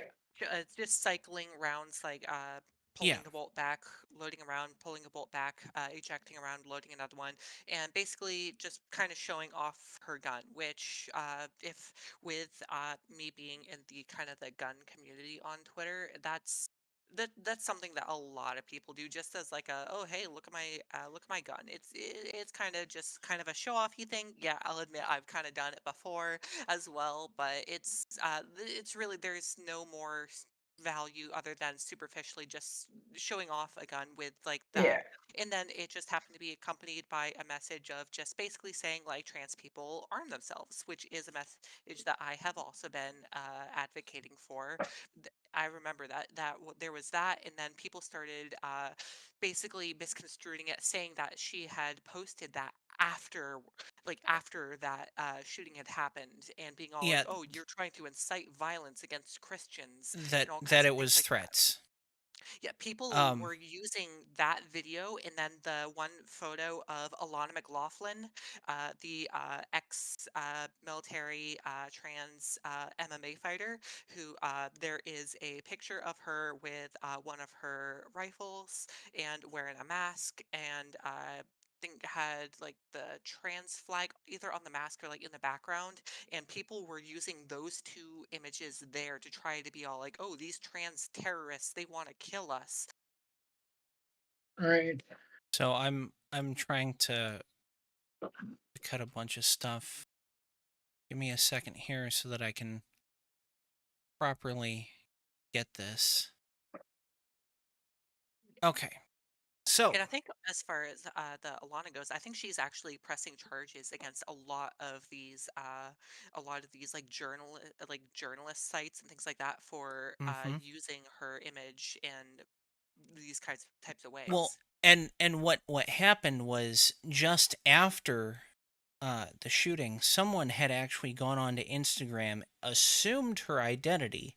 It wasn't her, but they assumed her identity and posted a bunch of stuff that she didn't say, Mm. acting as if they were her. So we're gonna start here at the Daily Mail article, and this came from Daily Mail UK. So automatically, they're against firearms. Yeah. I mean, the entire nation of England is. I mean, Yeah. not England, but the UK. Um. So it says, gun-toting transgender woman who has become the face of the Day of Vengeance, organized by trans activists after Nashville massacre, is former soldier. Um. And I believe uh they've they've added points to this that weren't originally there. Um, Shortly after the Nashville school shooting, which was carried out by a transgender attacker, a TikTok of Danker loading an assault rifle went viral. Uh, Danker's video comes as trans activists are preparing to gather on April 1st for a day of vengeance, planned before the shooting but continuing regardless. Kayla hadn't said jack squat about Day of Vengeance. Um, and she certainly wasn't the face of militant transgender activists. And it wasn't even a TikTok. It was a video that she had posted to Twitter. Um, so the Daily Mail starts, a militant transgender activist who has quickly become one of the most high-profile faces of the radical movement is a former soldier, it has been claimed. Kayla Danker, who runs a YouTube site with videos dedicated to explaining Marxism and guns, posted a video of herself with an assault rifle before the Nashville school shooting.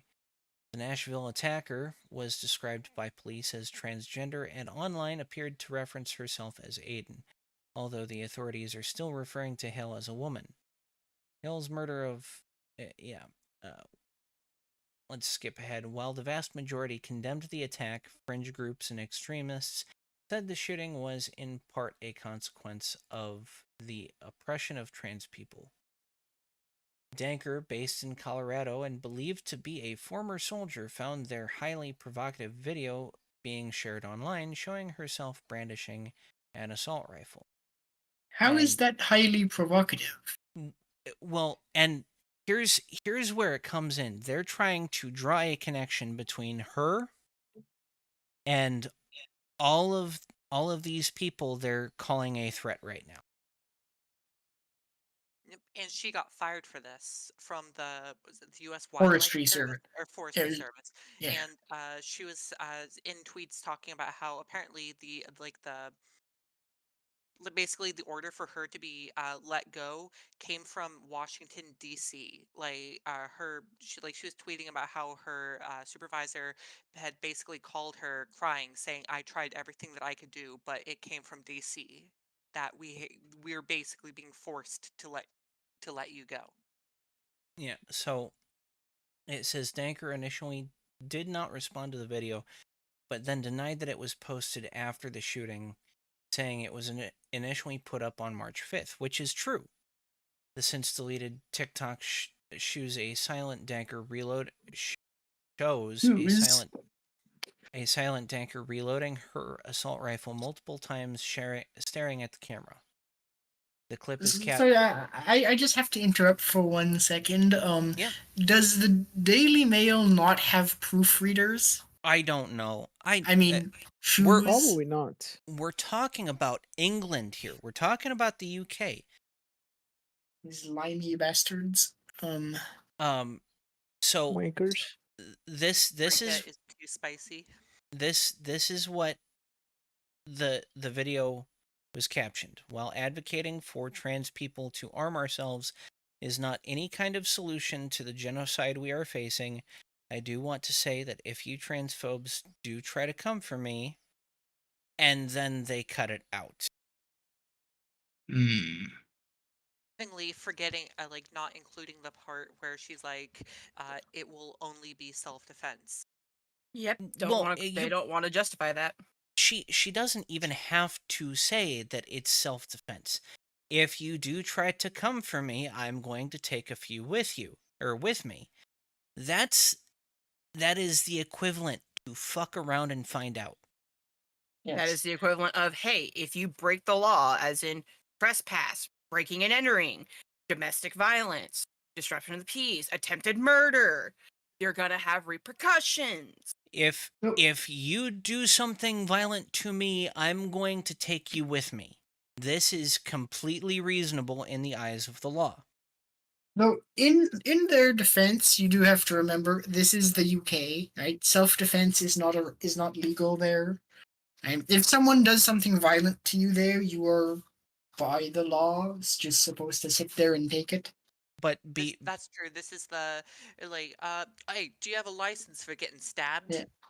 Basically. Wait, But- mate, do you have a license for that self-defense? yeah, but because of that specific video and the Daily Mail's coverage of it, people started saying that she was spreading that she was making threats, which is what happened to get her fired in the first place, was people calling her boss saying that she was making threats.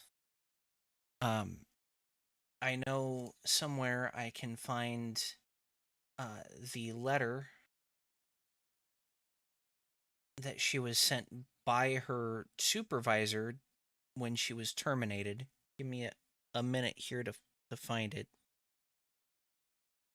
The level of threat these people feel with the post is honestly the best freaking example I can think of is, hey, if you set my house on fire and ruin my life, I'm going to hold you fully accountable to the extent of my power and the law. I'm like,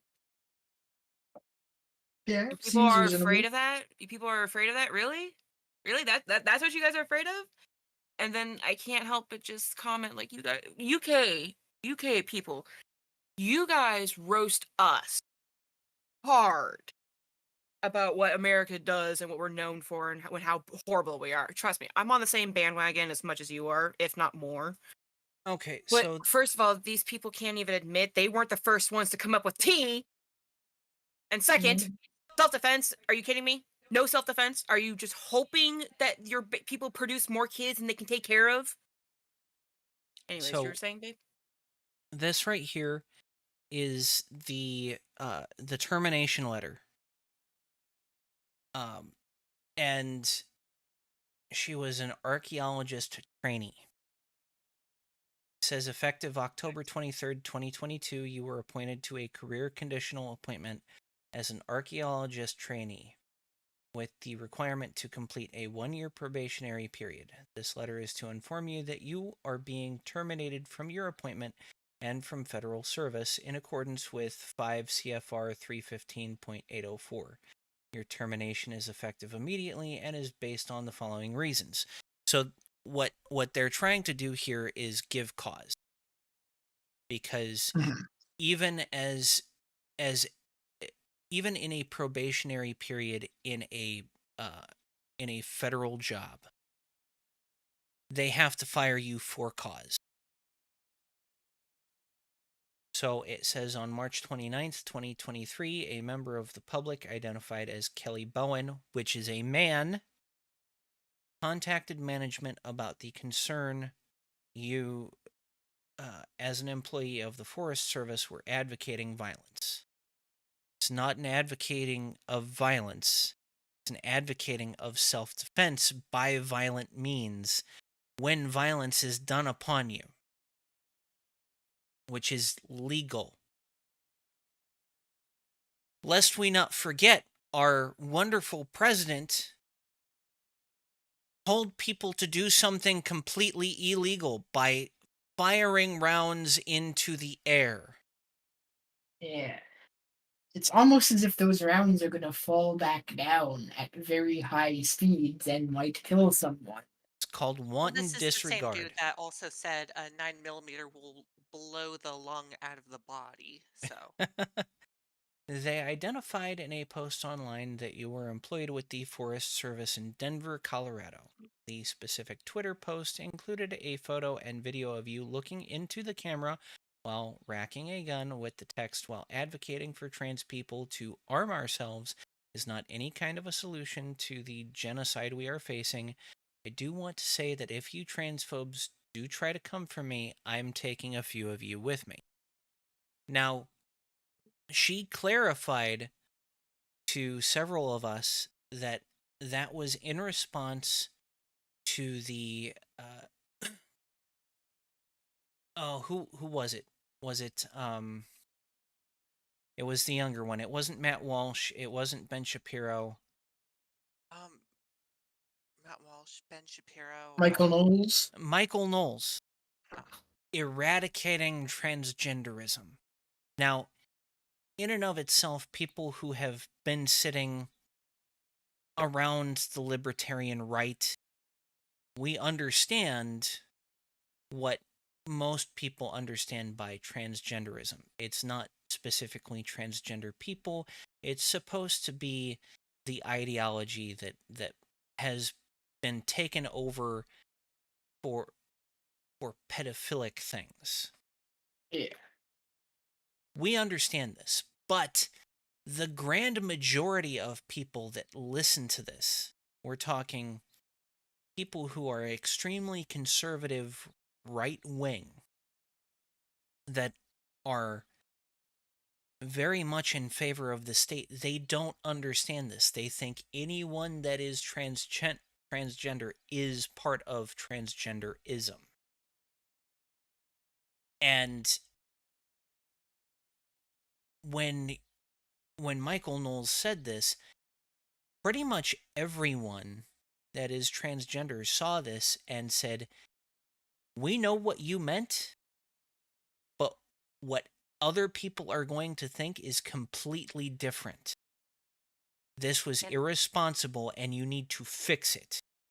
and you don't even have to look hard to find these people that will absolutely misconstrue it into what they want. For example, just throwing two Twitter users out there, either Luke Spotkin or the Twitter user 9 millimeter SMG. Any Twitter post that they have, look into the comments. Their followers, they're the people that like practically religiously look up to them. Will I basically be all like, oh, all trans people are pedophiles and should be executed publicly. So, um, continuing on with the letter, your Twitter post was under the account name of Penko Scum and at Kayla_Danker. A search of this name produced a Facebook account under the name of Kayla Danker, and you prominently identified as an archaeologist for the U.S. Forest Service in Colorado. So, right there, we have separated. This was posted on Twitter, and where she identified as an archaeologist for the U.S. Forest Service in Colorado, completely different profiles.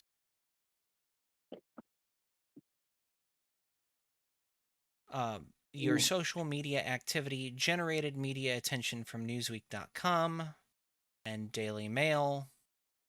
On March 29th, 2023, District Ranger Blank called you after he viewed the DailyMail.com article. You indicated that you previously posted the video, but it was not supposed to be shared. It was taken out of context.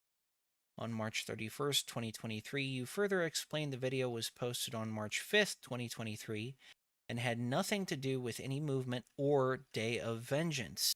Instead, you said you made the video because you were receiving death threats and you were trying to discourage people from acting on those threats.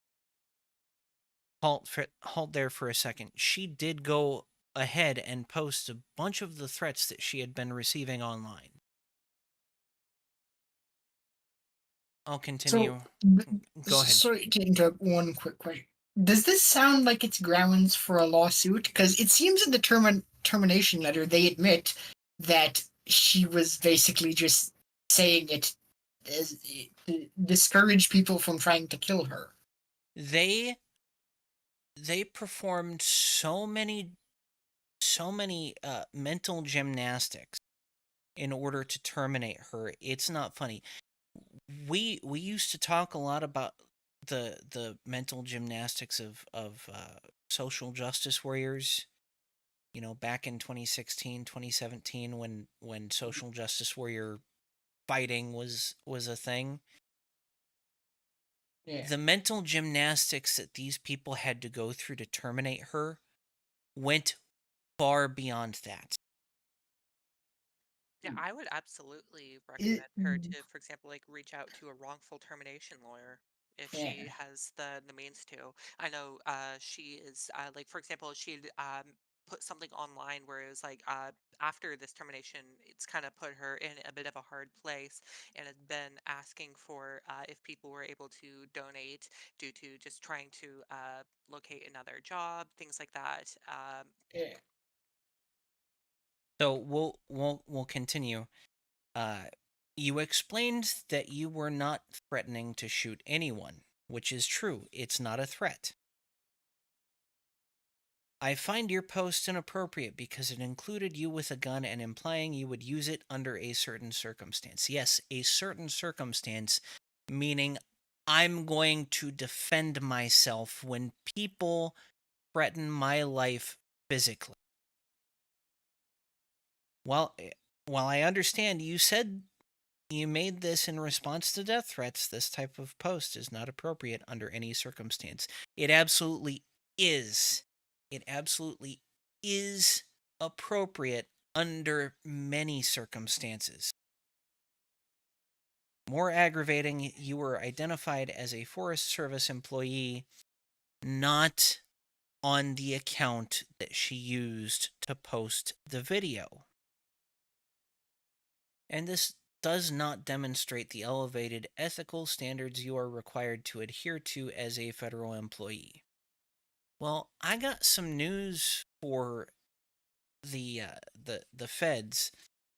You're gonna have to ninja punch just about every single Marine that is currently serving. And if you don't know what ninja punch is, it's non-judicial punishment. Hmm. What is that? Like firing them? No, an NJP or a ninja punch or non-judicial punishment falls under what's called the UCMJ, the Uniform Code of Military Justice. Hmm. It's the rules that the military has to live by. So, uh, conduct unbecoming, uh, conduct contrary to uh, good order and discipline, that sort of stuff. Would that be like, say, giving them like unpleasant duties or like making them do a certain amount of push-ups or something like that? Well, Like, is that the type of I've ninja punching? I've been ninja punched. And most of the time, what comes with a ninja punch is a reduction in rank, a Hmm. uh, a forfeiture of pay, and restriction for a certain period of time. Depending on how severe the charges are and at what level the ninja punch comes from, um, you can go up to 3 months on restriction, forfeiture of half pay, and reduction in rank, all the way down to private. You can. Um, there are certain circumstances in which you can't be demoted. For instance, if you are a staff NCO or an officer or a warrant officer, you cannot be reduced in rank without the act of Congress. Hmm. Um, or court martial, which also falls under the UCMJ. But if you take a non-judicial punishment and you refuse that, they will take you to court martial, and the punishments can be even more severe than if you just take the ninja punch.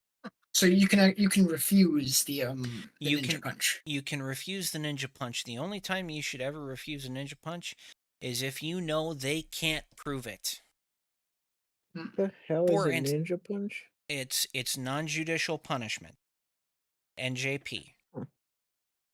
It's part of the Uniform Code of Military Justice. If you do something and your superiors don't like it, they can reduce you in rank, they can take away your pay, and they can restrict you to the barracks with extra duties like cleaning around the headquarters building, that sort of stuff. The government's version of putting your ass in timeout. When you say just stuff they don't like, does it have to be like how vague is that? Like, does it have to fall under very specific things you did, or is it like it's just at their discernment if they didn't like what you did? You can get a bad attitude with an officer and they will ninja punch you. It depends on who is in command as to what happened and how far they will let you push things. I've seen some Marines do some pretty stupid shit. Um, generally, generally the big stuff people get NJP'd for is things like drunk driving. You Hmm. get you go out in town, you go to the club, you go to the strip club, you get drunk, you drive back on, or you're driving back to the base, you get stopped out in town, and they catch you, they put you in jail. Now you're facing DUI charges, uh, not only in a civilian court, but now you're facing an NJP on base. Hmm. Um, Um, so say for example there was something you did that like say your commanding officer had a bad day and you did something that wouldn't like that just rubbed him the wrong way rather than something actually Yep. wrong and he decided to ninja punch you for that and you refused. Would you have to prove in court or would you have to show in court that you didn't do the thing, or could you just show that the thing wasn't bad, the thing you did wasn't wrong? well, you could take it a couple ways.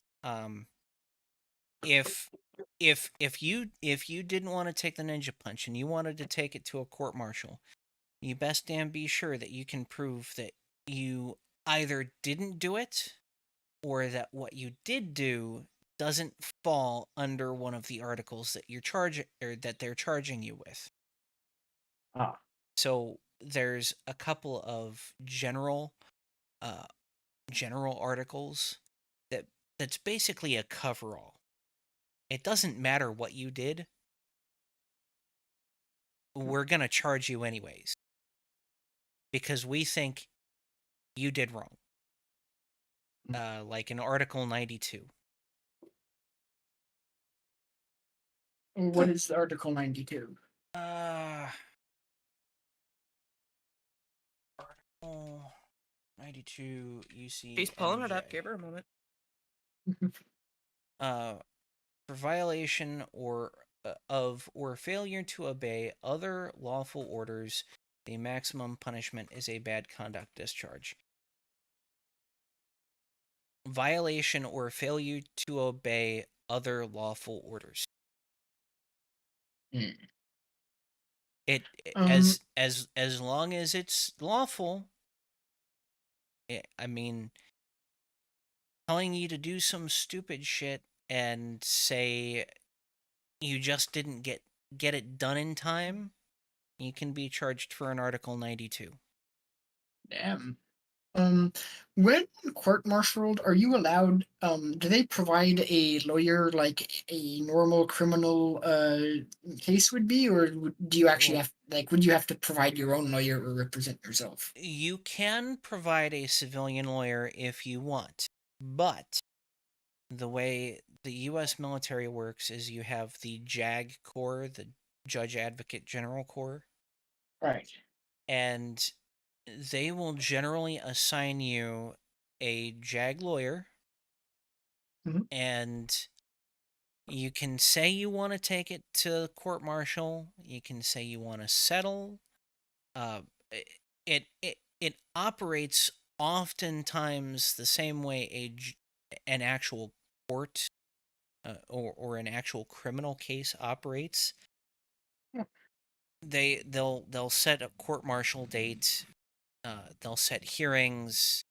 Um, and throughout the time before the court martial, the defense JAG and the prosecuting JAG will talk back and forth. They'll try to settle things outside of the court martial, and it'll be contingent on a pleading of not guilt or of guilty or no contest, that sort of thing. Hmm. I see. Um, Back to Kayla, and we are past our 2 hour mark. Again, Again, yes, again. might as well It's just go for the 4 hour mark again. Yeah, no, I'm not doing that. I'm not doing that. So what we're gonna do is we are going to finish off with the goodbyes What? and Why not? She's listen, old woman. and she doesn't have the battery percentage for it anymore. So what we're gonna do is we're gonna take this to our after hours. I am still looking for a place to put after hours. Once I find it, uh, it may likely be mines. Um, Hmm. but once I find it and I get it up, I will post all of that in a link for people to go to so that they can subscribe and pay for that extra content. Uh, and We're not Patreon. since that is the end of things, I'm going to go ahead and I'm going to take this back to our ending screen, and I will let everyone say goodbye. Let's go ahead and start with our resident Kanakistani. Say goodbye, Dale. Good night, everyone, from the frozen northlands of Canada. I bid you adieu. And let's go ahead and go to Molly. Say goodbye, Molly. Goodbye. I'm being currently dragged away the Serbian police. Those damn Serbians. Uh, and let's go ahead and say goodnight to Luna. Good night. And we will finish off with my lovely fiance Kota. Say goodnight, Kota. Good night, Kota. If only it was good night in the way that I actually want to be finished off. Oh, okay, okay. That's a little bit too far right now. Phrasing. I'm actually talking about death, but I like the way you're thinking. That's still a little bit too far right now. Too spicy! Too spicy. Okay. So, uh Get awkward. Hey,